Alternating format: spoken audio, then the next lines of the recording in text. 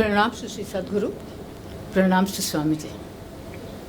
I thank you, Swamiji, for asking me to just step in one more time.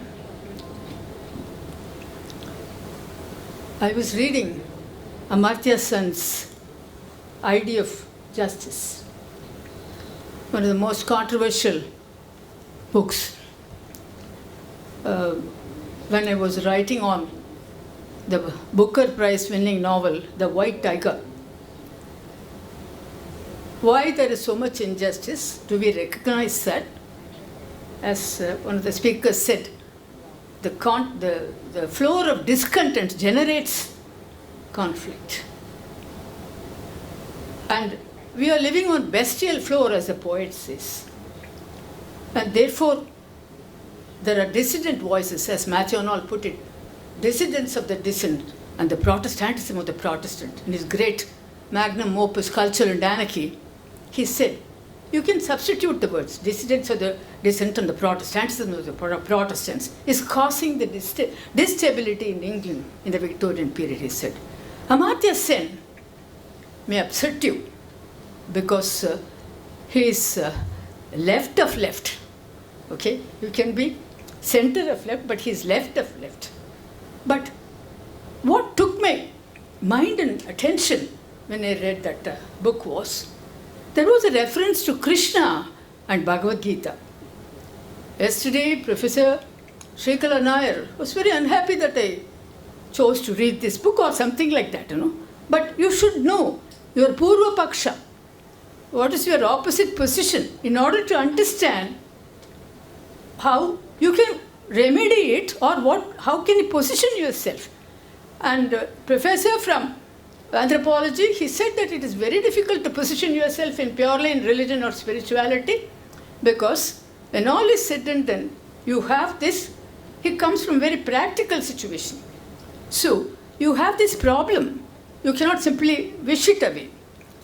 Professor Amartya Sen made a great distinction between the material matrix in which we live.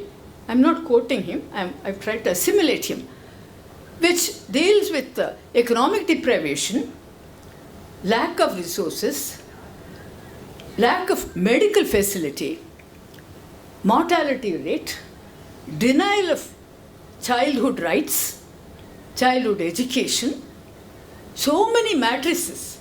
And therefore, he says, we cannot talk about what he calls deontological justice. With regard to Krishna and the Bhagavad Gita, he uses the word, as philosophy people may know, ontology, the objective presence of a transcendental power. Deontology, of course, Deo, God, divinity, and so on. Krishna presents a deontological position which Amartya Sen opposes. You remember he got his Nobel Prize for economics. And there is general perception that he is against right-wing position of India. I'm not very good in politics, but I can say. Earlier he wrote The Argumentative Indian, but I was not very sure of my understanding of that, but this I understood. The second thing which he pitched against was what he called comparative idea of social justice. Justice is not like, as I said, Tirupati Laddu, which drops from there. It is also molded, okay, by hands. So, prasadam is something that is molded by hands and given to you. On the other hand, you see how the idea of justice is something which keeps moving. And it is compared, he says, we must become aware of this comparative idea of justice. And we should not think like John Rawls, who said, mention was made of John Rawls in Oxford. Idea of justice as fairness. Fairness to whom? That's why I said you have discontent everywhere. Okay? The Marxian phrase, the spectre of discontent. Okay? And therefore, you cannot, Krishna tells you that discontent cannot be completely done away with if you are dealing on this plane. And therefore, Amartya Sen calls it deontological position, a transcendental position.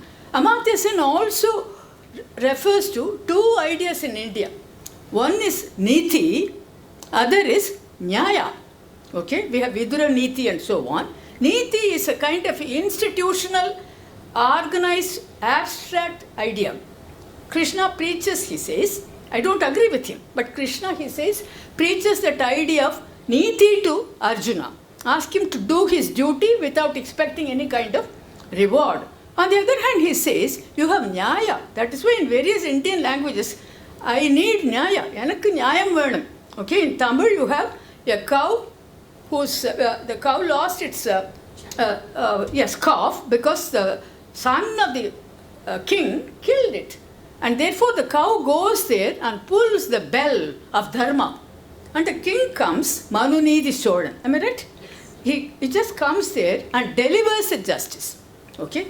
And Nyayam is something which is circumstantial, which generates from a particular context. It is context bound and it is time bound. So you need to recognize Nyaya is also important and it is not abstract.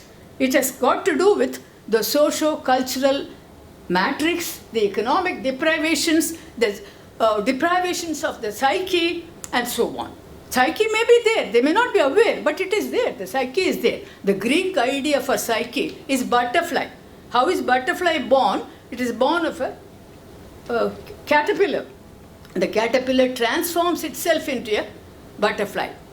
Krishna preaches that idea. On the other hand, Amartya Sen focuses on how you are still a caterpillar.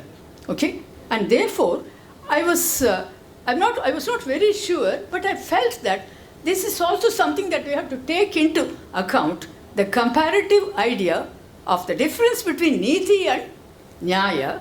Niti is something abstract, institutional, and therefore it needs to be practiced unquestioningly. On the other hand, Nyaya is something, it is contingent upon your situation, and he calls it socio-consequential theory.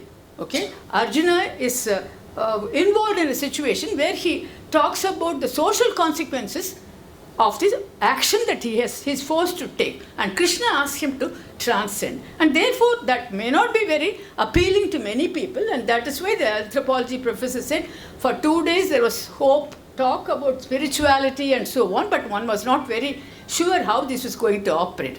So today, we had three speakers. The one who came in like a fleeting migratory bird, but put us into the world of diplomacy. Do you know that today in Kapali temple, you have pelicans? Would you believe? Kapali temple tank is full and the migratory birds, pelicans are there. Last week in the Kapali temple, all fish were dead. And today pelicans from Pallikarane marsh have come to Kapali temple tank. So there is hope for us. So Mr. Tirumurthy, whom we heard earlier in the peace conference, I think last year, he talked about a very practical thing. He said that while you are there in that kind of situation, you cannot talk about justice. When you reconcile a situation, you reconcile it in their terms. There is no question of you're just asking about the dharma of the situation. And therefore, transcend conflict is very, very easily said than done. So he also talked about power.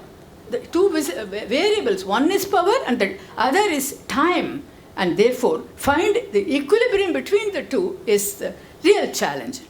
When I come to the key speaker, Vittal Nadkarni, he has been like Narada. He has moved over in various situations, conflict situations, media, journalism, writing, Hindu Dharma, quotations, okay, bhakti, poetry, and whatnot. I hope I've not offended you. Thank you. And two more. So, Swamiji has given me freedom to speak as I like. Thank you, Swamiji. Hanuman, he mentioned about Hanuman. He said, Hanuman has put up a self-lock. That was a very nice way of saying, you have to just know how to unlock yourself. We have immense potential. So, a self-forgetting power. I think Jambavan tells him that he has... I'm a poor student, so but I remember here and there. So, the social aspects of our life, he says that we are in a group. But he rejected Darwin's theory and said, we have survival of the kindest. But he warned us, we are kind to our own people, but we may not be kind to people who are not in the same axis or same kind of situation. And so writers like Manto, who is much revered in northern India and so on, he was also a filmmaker, he settled, he was in Bombay, and then people don't know about the South Indian writers, but everybody will talk in a national forum about Manto. I have nothing against him, but I'm saying that that story of Manto looking at, during the partition, you see, some Hindu lady had left and her tulsi plant was there and he was trying to water that plant and sustain that. Noble idea, but I'm saying this kind of idea that you may not be, Manto sees how you may not be kind to the other group. That is why Professor Paneerselvam talked about the other. Hospitality to the other. He mentioned Derrida's late essays, hospitality to the other. You can be hospitable to your own people. If you take care of your mother, that's not great virtue. It is your dharma. But how to be hospitable to other person? So somebody like, who has been in the conflict zone like Bosnia, Serbia, and you find that Jankovic was living in ghettos or in kind of anti-bomb ghettos, cells. And he has become world champion, and the kind of, he practices yoga and so on as a tennis admirer. No, I'm thinking of how conflict situations also create a great genius or thing. So Wittgenstein talked about the survival of the kindness and the need to just not only own one's group, but also avoid brutality to other people. And then he talked about how togetherness is very important, and this country, you have this idea of togetherness. I do hope that we maintain that. And he talked about one great thing about our culture. Death is not the end of this experience. I don't know, I'm not sure that other cultures don't have it. Australian Aboriginal cultures have very similar ideas about death. So denial of death, which is something he quoted from Mahabharata and so on. And he also said that every Indian god is equipped with not only with a mount, but also with a weapon. Okay? So Swamiji once said that Krishna was not only a doting child, he was also a ruler. So he developed great physical strength and also martial arts and so on. He had to fight with different kinds of enemies. So you cannot simply, in a way, Mahatma Gandhi's ahimsa may not work for Krishna. He talked about, he mentioned it, but he did talk about breaking India forces. Rajiv Malhotra is the one who has written a lot about breaking India forces, and some of these American universities are fostering them. In my last endowment lecture, I made a reference to that and so on. So thank you very much for your very vibrant kind of talk and so on. And my colleague from a different subject, anthropology, students of literature, the last 25 years we started moving into critical theory, and therefore a lot of anthropology, sociology and so on, interdisciplinary theories and so on. So to him, life is rather bleak because he's seen bleak and black horizons. Okay, I hope Delhi he is happy now, despite the fog and the smog. And he talked about the difficulty of working in alien land. When you don't know the culture of the land, when you don't know the language of the land, how can you be serving that kind of thing? That's why most South Indians are very, very closed. Okay, it's very difficult for us to move into another kind of a situation. In general, I think up to India's, I think of it as South India. Okay, so the problem is what kind of popular culture and media, what kind of heroes are made of, and when you just sit on the flight, what kind of movies are shown. And we have a very bad view of United States, and he's denying that, but he's basically from England. So if I say some bad things about US, that's okay, that's so.